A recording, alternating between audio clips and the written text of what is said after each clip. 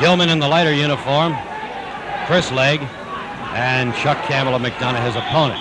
This is kind of like the Army-Navy game, or maybe I should say the Harvard-Yale game. Chris Legg was third seeded, Vince, and he's just gotten a takedown, 2 points. Chris got into the finals by beating Swift of Mount St. Joe 5-2, and in the semifinals, defeating the second seed Pender of City 5-3. He's talking to Ed Brown, Gilman's wrestling coach, about Chris. I learned that Chris is the president of the junior class at Gilman, and he played on the football team. He was a 135-pound middle linebacker. His older brother Ben, who also wrestles for Gilman. Ben is their 133-pounder. Ben was the unsung hero, winner of the McCormick Unsung Hero Trophy this year in football. I should say co-winner. With Jimmy Gilpin. With Jim Gilpin, who we see wrestling here later. Right now it's Campbell against Legg, and Legg of Gilman has a 2-point lead by virtue of a first period takedown. He's now got what we call the Navy ride. He's dug in between his opponent's legs, and he pulls up the far leg, hoping that Campbell will turn into him where he can put in a reverse half Nelson and pin him. Campbell's well schooled and will not turn in so far.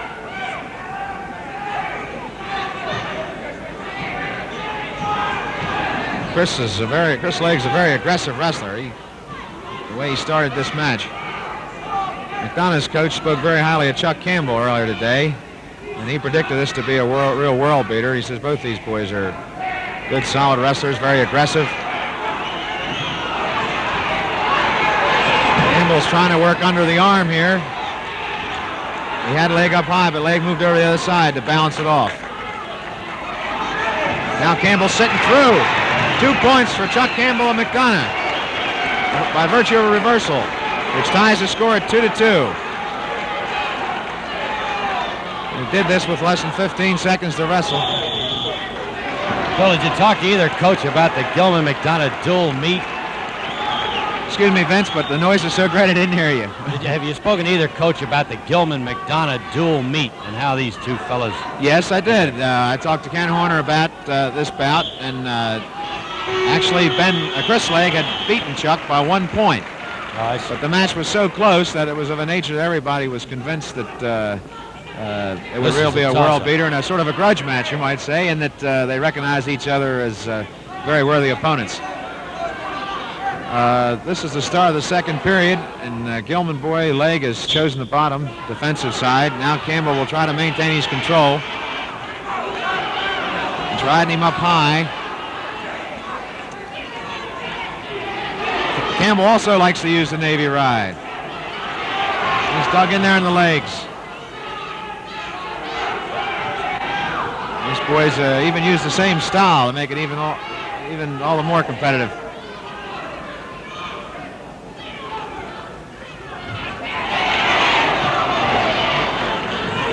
Legg tried to sit out. Campbell blocked it beautifully. Chuck's tied up the far arm on Legg.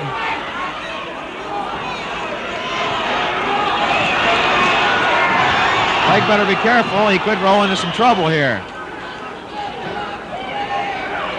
Campbell looks like he's trying to set up a hold called the Mepham ride. He can clamp the elbow. Chuck has gotten 2 points. He is using the Mepham ride. He's clamping the elbow on that forearm and trying to turn Chris on his back, and he's done it to the effect of getting 2 points for a predicament. This puts Campbell ahead 4-2. Vince, in case people, the Mepham ride, that term is not understood. It's a hold that was first developed at Mepham High School in Long Island, New Jersey. They're off the mat. Mepham is a school who once had an article in Life magazine written about them after scoring 99 consecutive wins in dual meet competition. Phil, I'm waiting for your book to come out. I tell you. Believe me, there are several books out, and they all teach me something. I think Mr. Ed Russell at Gilman could write quite a book. Yeah, I talked to Mr. Russell before. I remember being in in the lobby over at Gilman one day. There's a portrait of him on the wall, and he came in the first time I'd seen him. I said, "How do you do, Mr. Russell?" He said, "How are you?" And he said, "How did you know who I was?" I say, I've seen your picture." And he turned around and saw it. Mr. Russell told me a little while ago he has seen all 46 MSA wrestling championships. Is that right? Yes. Never missed one for any reason at all. He started. Yeah. By the way, Ed Brown, Gilman's coach, feels that a lot of Chris Legg's achievements in being here in the finals can be traced to the work Ed Russell's been giving him. Ed sort of picked him out as his boy and worked with him a little extra all year. That is the end of the second period. Chuck Campbell carries a 4-2 lead with him into the third period, where he will be down in a defensive position. Chris Legg is now in a position where he will have to not only ride Chuck, but try to score some predicament or near fall points.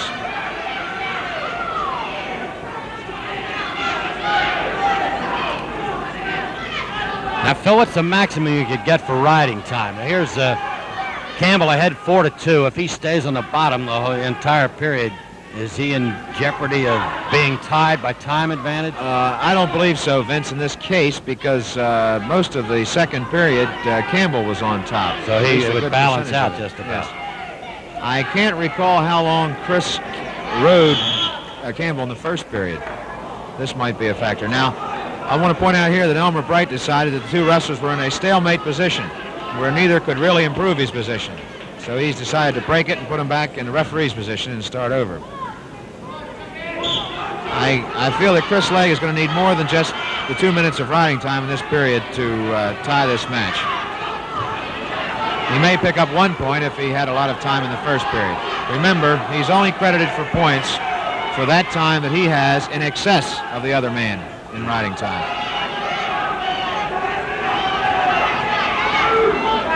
And Chris Legg apparently knows this. He's working for a fall. He barred the arm and tried to come around, but Campbell has blocked it and stepped over.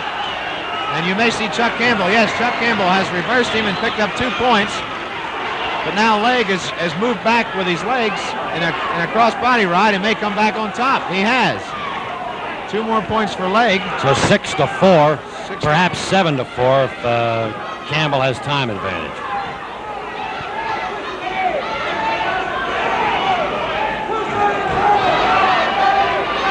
Legg ideally would like to get Campbell's forearm and back of his neck. He would then have a pinning hold known as the guillotine, which is a very effective pinning hold. Campbell is spun out from underneath here and may come out on top. In fact,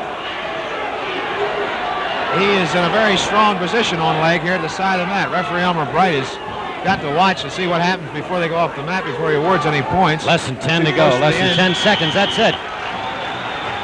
There were no points awarded, but the match is over, and Chuck Campbell. Looks like Chuck Campbell is the winner. Of McDonough, beating Chris Legg of Gilman School. Both of these put out pretty hard, Vince. You can see how tired these boys are. It's tremendously grueling. I guess you have to be in better shape to wrestle, perhaps, than perform in any other sport. 127 pounds. Pernell Reed of Douglas. Pender of City.